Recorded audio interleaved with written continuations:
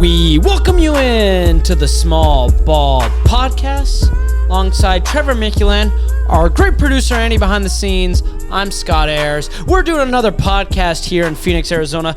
And, the great Christian Dennis. Take a look at the counter.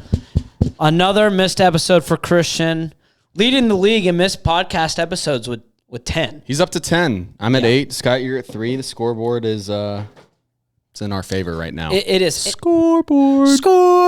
Scoreboard. Here's what I will say. Yeah. Last week, none of us got a tally. No episode last week. None. Andy was gone. Christian was gone. We had no soundboard. We had no camera. Impossible to record. Impossible. Yeah. So we're okay. We're okay. It's We're like okay. playing basketball without hoops and an actual ball. Right. Right. So we just couldn't make it happen, but we're back. A lot going on in the NBA, Trevor. Yeah. And frankly, I'm glad we're recording when we are because there's a couple teams that have been hot. Very hot. Very hot. And guess what? They're all in our little kingdom, our little small market kingdom. Let's talk about the Minnesota Timberwolves. I feel like right out of the gate, we should talk about the team who's currently tied for the best record in the Western Conference. Dude, the Minnesota Timberwolves have been on a roll, and Anthony Edwards has taken the step that we talked about him taking. Yep. And it's been cool to see. Anthony Edwards is putting on a show night in, night out. The team is playing super well. Karl Anthony Towns has taken maybe a slight step back in order for Ant to shine, which has been really cool. And other guys have stepped up too. Rudy Gobert Yeah. is back to being a Defensive Player of the Year kind of player. Right. He's been an amazing rim protector for the T-Wolves. Jaden McDaniels, obviously probably one of the best defenders in the NBA. Yeah. And then obviously you have guys like Naz Reid who comes off the bench and you're like, wait, this guy could start for a lot of teams. And they have the perfect general, Mike Conley. Salute to you, Mr. Conley. So they've only lost 2 games. They're 7-2 right now, and they sit at 3rd, which is it's cool to see. Yeah. It's really cool to see. Minnesota is a team that people were sleeping on coming into the season. Yeah. And you know what? And before the year, too, they had their win-loss odds were pretty high. Right. Makes a lot of sense. Just the other night, they took care of Golden State, handled them pretty much throughout the game. Anthony Edwards giving a little lip action to Draymond Green. Yeah. That is a team that is perfectly built to beat the Denver Nuggets. They are big. Tim Conley, obviously the former GM in Denver, that move for Rudy Gobert, although they gave up a lot, starts to make a little bit more sense based on how we're watching them play now. It's still a risk. We'll see if it actually pans out. But right now, if you're Conley and a Timberwolves fan, you have to be really happy what you're seeing. Yeah, I'm curious to see how the front court continues to gel, because it is super weird to see Karl Anthony Towns and Rudy Gobert alongside each other. It's very unorthodox, but you do have a guy who can stretch the floor with Cat, and Gobert can play down low. One thing I do want to highlight with this team is Anthony Edwards, his shot attempts. For the first time, he's above 20 shot attempts per game, and he's over 21 right now. So the ball's in his hands a lot. He's putting the shots up, and he's making them. So he needs to continue to do that. And he's not going to shy away from shooting the ball. No, and he shouldn't. He is the closer for the Minnesota Timberwolves. He proved that in the Golden State game. He even proved that in the playoffs against Denver, where oftentimes late in the game it wasn't Cat, it was Anthony Edwards. And if Cat and some of these other players can accept their role, and I mentioned Cat the most because it was his team for the longest time, if he can kind of relinquish that and say, hey, I'll be the second or third option, that's perfect for Minnesota. That is what you want. Right. And what's interesting when you look at the Cat shot attempts, his haven't really gone down, maybe a little bit, but he's still shooting the ball. He's just not making it as much, so his averages look lower. Right. But he's just not as efficient right now, which I think he'll turn that around. And they're still winning basketball games because of Ant. So what is it? 2 losses, 7-2. Yes. And they've been really impressive. Another team I want to talk about in the West, the Houston Rockets. Dude. The Houston Rockets. They've won 6 straight. Ime Udoka, turns out, really good basketball coach. That is a team that they got clowned in the offseason because of the moves they made for getting Dylan Brooks and Fred VanVleet. Both of those guys have been playing really good basketball. Jalen Green has been really nice, but of course the main piece is Alperen Sengun, who has shown that, hey, this guy is a mini Jokic, and if you run the offense through him, good things are going to happen. Yeah, he does everything on offense. He facilitates and he can score the basketball. He, the Rockets look really good. They're 6-3, and they're playing tough teams. They beat Sacramento back to back, and Sacramento's a tough team to beat back to back. And they did it by like wide margins. It was like 20 points in both those games. Right. And given Fox wasn't playing, but still, they showed up. The Rockets showed up and did their job. Yeah, you mentioned they're well coached. I still am not a believer in Houston. I think that they're a playing team at the best. Coming into the season, I would have said that they're the bottom 2 teams in the West. Right. So yeah, they're proving people wrong. They're playing good basketball right now. I'm not ready to hop on the train and I'm Team Rockets. Going to be a top 5 team in the West. Right. But Sengun looks really good. He looks amazing, and if they can be a play-in team, I mean that sucks for the rest of the West, because I think if you're a fan of any team in the Western Conference, your thought is, hey, there's 9 or 10 teams that are a pain in the you-know-what. Right. Oh, hey, guess what? Now the Spurs are going to be a pain. I think the Spurs are going to be worse than the Rockets this year, which is crazy because of just the additions, how well they've meshed so far for Houston. So if Houston can even be like a 9 seed in the play-in, right? What an amazing growth for that organization. Right. And then finally, we're talking about 3. It's always important to start with the pros. Then we'll say a few cons. Let's talk about the Indiana Pacers. Yeah. Because that is an offense that is must-watch TV every single night. Yeah. Yeah. They've been playing really well. They also are top 3 in their conference, 6-4. Halliburton's the head of the snake. Halliburton is the real deal. That was no question coming into the season. They've been playing good. They added pieces. Obi Toppin starting for them, and Benedict Mathurin has had a few good games in the past week or so. Bruce Brown has gelled really well there. It's coming together for them. So if you are a Indiana Pacers fan, you have to be happy with what you're seeing. What's funny about the Pacers is they've got the best offense in basketball and most likely the worst defense in basketball. So they're playing games and every score is over 120 points. Right. They're winning by scoring 150. They're losing by scoring 130. And I don't know if that's going to improve. I don't know if they have the guys defensively. But I think if you're a Pacers fan, you say, hey, you know what? If we're going to have just kind of, I'll call it the Sacramento Kings approach. And the Kings did have actually a decent defense last year. They weren't great. They weren't great. So I want to be respectful to you. Thank you, Scott. But it is the Kings approach of, hey, you know what? We're going to just try to shoot you out of the gym for a young team that wants to make the playoffs in an Eastern Conference that feels up for grabs. Mm-hmm. I don't see that being the biggest problem until you face like Boston, Milwaukee, and now Philadelphia, who is a juggernaut. Right. Once you reach the playoffs and you play a team who's been there and done that, they're going to have issues. Exactly. But it's a learning experience.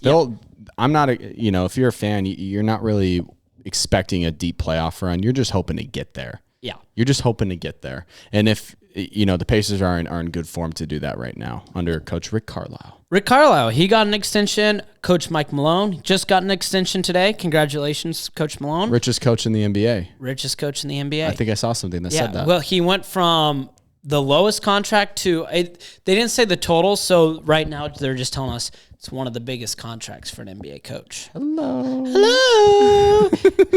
Build us a pickleball court. Us or them? Us. Yeah, build us a pickleball court. Come on, coach. We love pickleball. Build us a court. Come on, Mike. You've got the money now. I just figured I'd throw it out there. That's awesome. Yeah, that's perfect. You show up to a pickleball court these days, and it's full. You're waiting 30 minutes. Every time. You played to a game of what, 15, 21? No, you play to 11, I think. Oh, you do play to 11. Yeah. Oh, that sucks. Yeah, you play to 11, and guess what? They kick you off the court.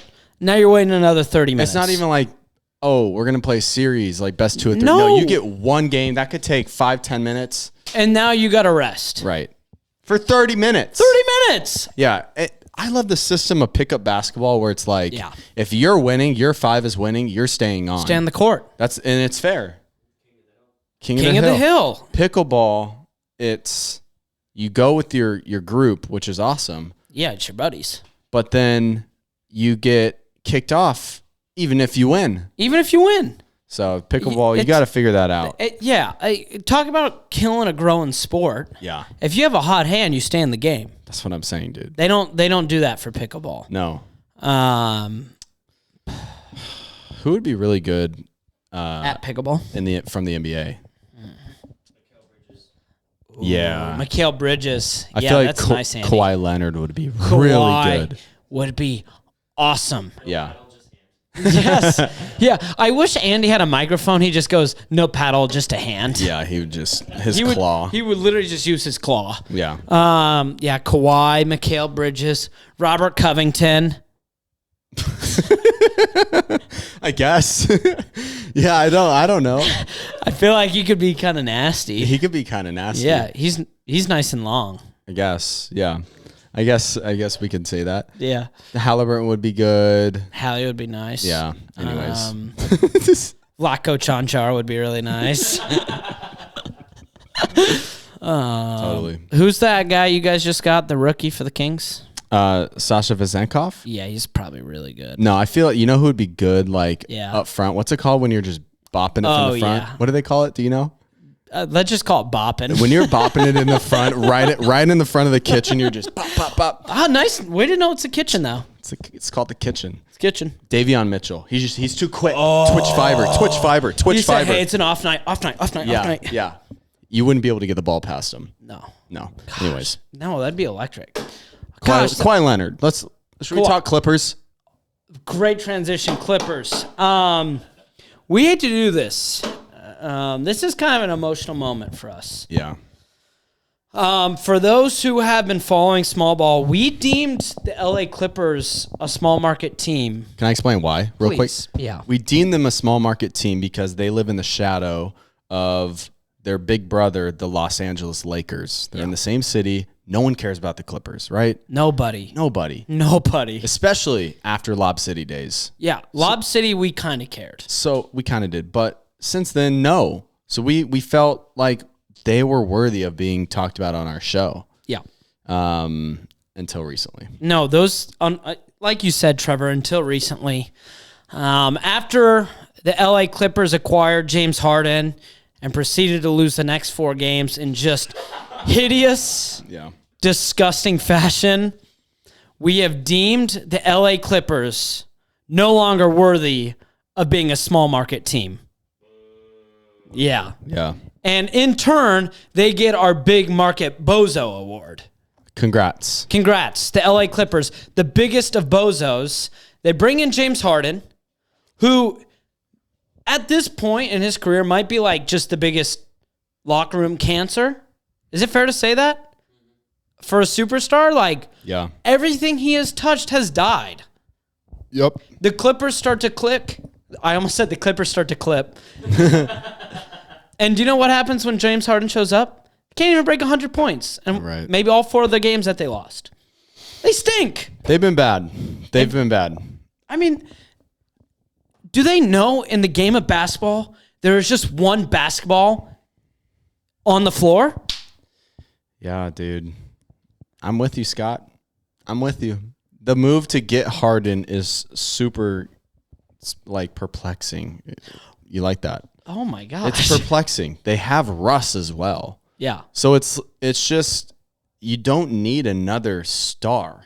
Go and get a great core surrounding cast that's just going to play defense and hit open shots.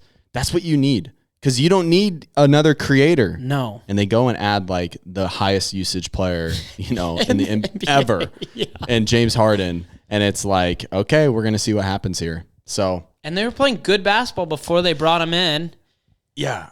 They've looked bad. I'm almost thinking there's too much talent in the locker room for them not to at least make the playoffs. So I don't think that they're going to totally continue. I don't think they're going to go 0-82. You know what I mean? That'd be special. That would be awesome. But that would be special. Yeah, we would get a lot of rest games from those stars. Yeah. But it's Russ and Harden didn't work in Houston.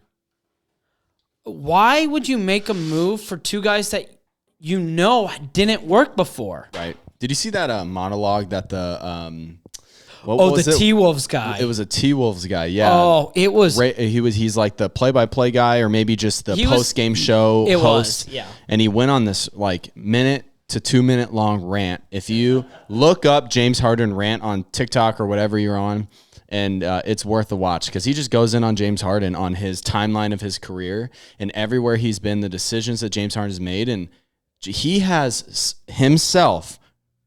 Who knows what can happen if he can redeem the story, but he has ruined his career. Yeah. Oh my gosh. He was on a great path, MVP player. And Houston, there were tweets in Houston's like, when KD had moved, it was like, oh, well, at least my player will never be like KD, talking about Harden. Right. And now it's burn your bridge going to Brooklyn. You burn your bridge going to Philly. And now you've burned that bridge from Philly going to the Clippers. Terrible. It's really bad. And especially in a year where the Clippers have to prove it. And they make an ad that is just stupid. Like, for them to be successful, Harden has to be kind of like just a 3-and-D guy, like just a kind of like a Kevin Huerter or like a Keegan Murray or someone who's going to just catch and pop. But because of you have Russell Westbrook, right? You have to trade one of them. Yeah. Yep. So it's kind of crazy. Yeah. So they haven't looked good. Let me tell you something though. I want to give you the spotlight to talk about a guy who now is the number 2 in Philly and has been absolutely amazing, Tyrese Maxey. Tyrese Maxey. And listen, we're going to put an exempt form because we do see Philly as a big market team. They get an exempt form for this, though. Tyrese Maxey gets an exempt. Tyrese Maxey himself deserves an exempt because James Harden was holding Tyrese Maxey back. Now that James Harden is gone, it turns out all this time Tyrese Maxey was the better player. He has been... Wait, whoa. You like that? You like that? Chill a little bit. Not career-wise. I got excited. But this year, you would take Tyrese Maxey over James Harden, I guess is the point I should be making. Okay. You would take Tyrese Maxey over James Harden right now. Tyrese Maxey is currently a better playmaker with Joel Embiid, and maybe it's just a better chemistry thing, but just had his first 50-point game, and he has just been wildly efficient to the point where the most recent MVP early ballots come out. Tyrese Maxey, number 3. That's Joel so crazy. Embiid, number 2. Jokic, number 1. And it's not a fluke. Tyrese Maxey is a phenomenal player. Right now on a path to be a first-time All-Star as a Philadelphia 76er. And Sixers fans have to see that and say, okay, this team's actually pretty legit. Maybe they need to get one more 3-and-D player, get a little more depth. But that team is Joel Embiid and Tyrese Maxey. Those two guys, very good at basketball. Yeah, Tyrese Maxey, first-time All-Star. We're speaking it into existence. Yeah. I think that's going to happen. Along with Sengun, first-time All-Star. First-time All-Star. Yeah, agreed. I feel like that could happen. I mean, the front court in the West is tough, especially as a center. So maybe I got excited there. No, but I really like that. Yeah, kind of crazy. I just wanted to give you that spotlight there. No, I'm glad. Yeah, no, Tyrese Maxey, it's crazy what just a situation can do for a player. Right. And now he kind of has the green light because with Harden, you mentioned, he's such a high-usage player. You're not getting the same touches that you might get if he's off the team. Mm-hmm. Now that he's gone, it's prosperity in Philadelphia. Whoa. You like that? He's played well. They look good. They look really good. Yep. Should we talk tournament? Oh, yeah. Let's talk about the play-in tournament. Yeah. Who wanted us to talk about this? Oh, yeah. This is cool. All right. Very rarely do we get tweeted at for the Small Ball Podcast. Mm-hmm. But you can tweet at Trevor and myself. Well, you're not on Twitter. Yeah. You can tweet at me or the Small Ball Twitter account. And someone tweeted at me and said, hey, he said, I want a full hour dedicated to it. We'll dedicate 5-10 minutes. Yeah, 5 minutes. About a breakdown of it. I think it's less about the games and more maybe about the concept, the courts, and the jerseys. Yeah, let's talk. Let me say this. Hand up. I like the idea of it. Okay. You like that? Yeah. That's open. I like the idea of it. Yeah. Execution, I think, has stunk. I think there are things about it that have been really cool, and there's things about this in-season tournament that have been really bad. What should we talk first? Positives or negatives? Let's start with the negatives so we can end with positives. Okay. That's really nice. Negatives. The courts look ridiculous. They look like if I got on Microsoft Word and just put blocks of colors Just next to painted. each other. And even like they are like straight up solid colors, like not even like a slight transparent, where you could still see the nice hardwood. No, it's just like straight up neon blue with neon yellow. It reminds me of like in 2K, you can design a court. Yeah. It reminds me of just designing a court and making it all black, and you can't see the 3-point lines. It looks ridiculous. So the courts themselves are, in my opinion, there are ones that are better than others because it's like more toned down. Terrible. Yeah. Terrible. You need to, I want to see a little bit of hardwood. The color is cool, I guess, but yeah, I don't know. I think it looks bad. The jerseys are terrible. Yep. The fact that there are going to be games added onto the season in December For those that advance. For those that advance, I think I wish that there was a way that they could have done it without adding games onto the season, because that don't count to the regular season. Those don't count to the regular season. So it's just going to be, in my opinion, like they're not going to try, because it's not what they're there for. They're not there to win an in-season tournament. These teams are competing to make the playoffs and win a championship. Yeah, and that's the execution part that I think is so dumb. I feel like every journalist or reporter for these teams has tried to tell us, like, this is a great thing. If you're not excited, you're a bad fan of the NBA, blah, blah, blah, blah, blah. And it's like, I like the idea, but one, that's a great point of the added games. Two, I don't even know when the actual tournament games are. That's where it should be like, hey, maybe you cut down on a few regular season games and you just pump marketing of like, it's the in-season tournament. But instead, you turn on a TV, like, turns out tomorrow the Nuggets and the Clippers in-season tournament game on a Tuesday. I think it's on Tuesdays and Fridays. Fridays. With like 2 days in the week, it's like designated to the in-season tournament. It just Tuesdays and Fridays. But the problem is, it's like, it's just not super well known, and maybe that comes with time. Right. But that's where it's like, maybe you give the guys a bit more time off. You take a few games out of the season, and you really make it feel like it's something, because these games don't feel like anything different. Yeah. They feel like. They just feel like another game. And you're like, oh, we're in the in-season tournament championship. Mm-hmm. Mm-hmm. And I'm sure if like the Nuggets or Kings or the Cavs for Andy made it to the semifinals, you're like, oh, I want to win as a fan. I want to win this in-season tournament. Yeah, I want to win this thing. But even players like Bones Highland was like, I don't even know what this is. Steph goes, yeah, it's pretty simple. It just... Have you noted, there's also players are, like there's a rule, there's different rules for it, like with scoring, I believe. Oh, it's so like points for and points against really matter. Yeah. Oh, okay. Guys won't dribble out. They're going to try to score at the end of games. Exactly. Yeah. I was watching a game and they were up and they were going like shooting. And I was like, what am I watching? Yeah. You're up by 15. Yeah. You don't need to score. So that's what it was. I was a little confused. Okay. I think we got the cons. Andy, yeah, you turn your mic on. Yeah. I have a theory that the wacky courts are just a marketing ploy, and they're just trying to make the wackiest thing, so and then more people talk about it. That way, more people know about the midseason tournament. I like that. Probably. It's a psyop.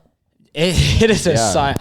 Because those courts, I mean, they're as dumb as it gets. Yeah. They could have made them so cool. Yeah. Yeah. They could have. And all you have to do is go to like a community of like the hardcore fans, and I guarantee you they could come up with something just way better. Yeah. I know on Reddit, like I've already seen like 12 different courts that look way better than what I've seen already. Like the Bulls one goes down as an all-time bad court, like the touchiest team in the NBA. Like, dude, it's so weird. Yeah. Heat culture court. That's not even in-season tournament. Oh, that was just their normal court. That's just a normal Yeah, court. Terrible. Okay, so let's go to the good. Okay, some of the good things about this. Number one, the NBA is not afraid to try new things. Love it. The NBA is not afraid to try new things. They showed us this in the All-Star game the last few years, which they scrapped because it didn't work. Adam Silver scrapped that this year. So that's awesome. Like, I'm proud of the league that they are trying new things. They're trying to make the regular season more interesting. I respect that. I actually like that these are regular season games. I like that these tournament games are just already in the schedule because it's not adding games to the season. It's making what is already existing more exciting. Sure. So to me, I appreciate the fact that it may feel, it feels like a normal game. Well, I'm glad it's a normal game. I don't want these players playing in things that doesn't count towards regular season, because what's the point of doing that? They're not going to try. So to me, I like that it's a part of the regular season. It's built into already what is existing. Those to me are the two biggest pros of this in-season tournament. And I guess the third one would be we're trying to pull from what other leagues are doing. So obviously European soccer is massive.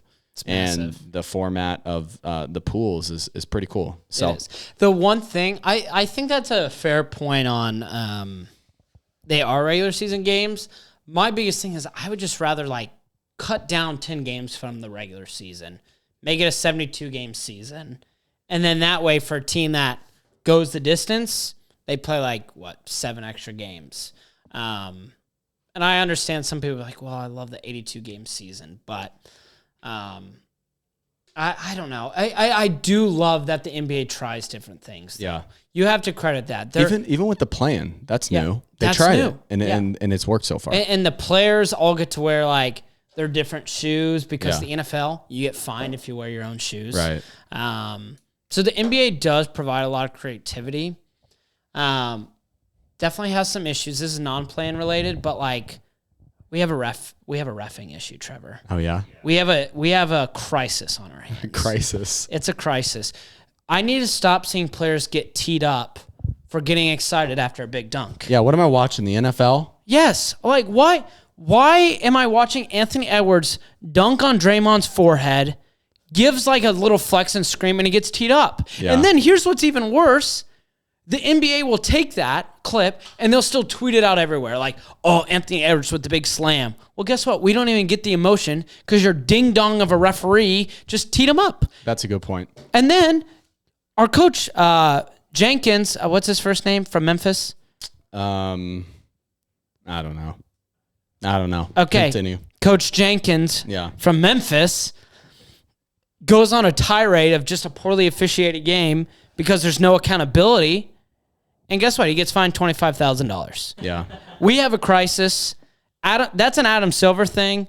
Let the players show some emotion. Bro, Giannis dunked on some fool. And he got ejected. And he got ejected because it was the second technical of the game. Now, yeah, you shouldn't have gotten the first one probably, but let the dude stare the guy down. Yeah. That's what fans want. Yes, dude. This is not I don't get why you don't let guys show emotion. Let them have fun. Let them have fun. Let them get weird. We're trying to have fun. Yeah, come on. I would be fined, ejected, thrown out for some of the celebrations I do in rec. I would be doing, the guys. I've seen you rip off your shirt after hitting shots. And I know. Doing this. Yeah, I know. What would Adam Silver do if you did that? I would be fined thousands of dollars. You would be suspended you'd be expelled. You know those really strong guys who can kind of do those things? Yeah. That's what I would do. Yeah, I would do the worm. Yeah. Andy, your mic was up. Yeah, I don't even think Giannis' stare down was really that bad at all. It was probably one of the weakest stare downs that I've seen as far as what follows a dunk. But it felt like he literally looked at him and then was oh, let me not stare at him, and then looked away and then still ejected. Dude, we want to see that. Let's get weird. Referees need to not have fragile egos. Yeah, come on, Scott. You like that, dude? I want to see a dude dunk on someone and just stand over them and flex on them. Dude. yeah. I want to see some of this. But what's crazy is we can't get that. But then if I watch a Warriors game, Draymond can throw his own musical at a referee for 3 minutes, not a tech or anything. Right. There's no consistency. Yeah. So Adam Silver, I know you watch the pod. Let's fix it. Let's get our head out of our, you know what? Try not to swear. good. I'm improving. Proud of you. Thank you. It's my growth. It's a kid's show. Yeah, kid show. Andy? Okay, I have one more thing about the in-season tournament because I'm looking at it, and it's like the scheduling is so odd because like there's teams like the Wizards and Grizzlies. They've already lost twice, but some teams haven't even played. Like the Hawks, they're playing their first game tonight in the tournament. Wait, no, tonight's not a tournament game. Or tomorrow night. Got you. Night, yeah. Yeah. For the listeners out there, it'll be tonight. It'll be tonight. Yeah, nice. You're smart. You're thinking ahead. Yeah. But I don't know. He's smart. He's so smart. Just thought it was weird.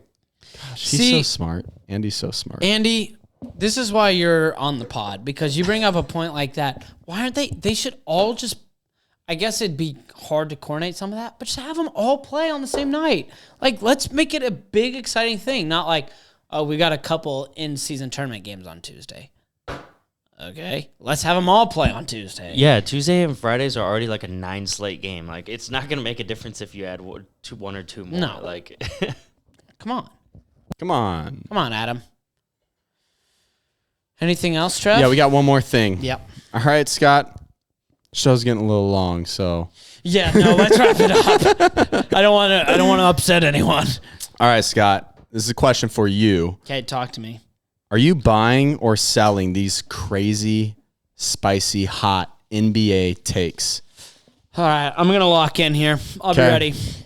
I'm going to give you a few I've pulled from Twitter today. Okay. Also, it's Taylor Jenkins, Memphis. Taylor. Great coach. All right, here's a tweet. Last season, everyone really undervalued Dylan Brooks and really overvalued Jaren Jackson Jr. Are you buying or selling that hot take? You have to sell that. I don't get me wrong. Like, Dylan Brooks did kind of get vilified. Dylan Brooks earned that title, though. It's not like Dylan Brooks was the victim. He did everything he could to kind of just yap away, and that was kind of a Memphis thing. We don't really see that with Dylan Brooks off the team. Granted, they've kind of stunk. I'm selling that, though. I like that. Don't get too caught up in recency bias. Yeah. He's playing really good, but dude, he was a grade A idiot last year. He was an idiot, and he stunk in the most important games. And I do think Jaren Jackson is a bit overvalued. He's solid, but he's very a bit overrated. A bit overrated. Yeah, he's a bit overrated, but it's not because Dylan Brooks was there. Yeah. Okay. Not a bad player, though, Dylan Brooks. Yep. Okay, let's see this one. You'll like this one. Tyrese Maxey is an MVP candidate. So is that for this year? You know, I think that, well, let's take that as by the end of the season, he's still going to be there. This season. I am going to sell that. And that's not anything against Maxey. I think of like an MVP finalist. He might finish like 8th in voting. Okay. He's not going to be a finalist, though. I'm going to sell that. But I love Tyrese Maxey. Absolute dog. Maybe the best second option in the NBA right now. Maybe that's hot, but he's been phenomenal. Okay, here's another one. The Dallas Mavericks are the most overrated team in the NBA. Yeah, I'm buying that. I'm totally buying that. They're number 2 in the West, by the way. They are number 2 in the West.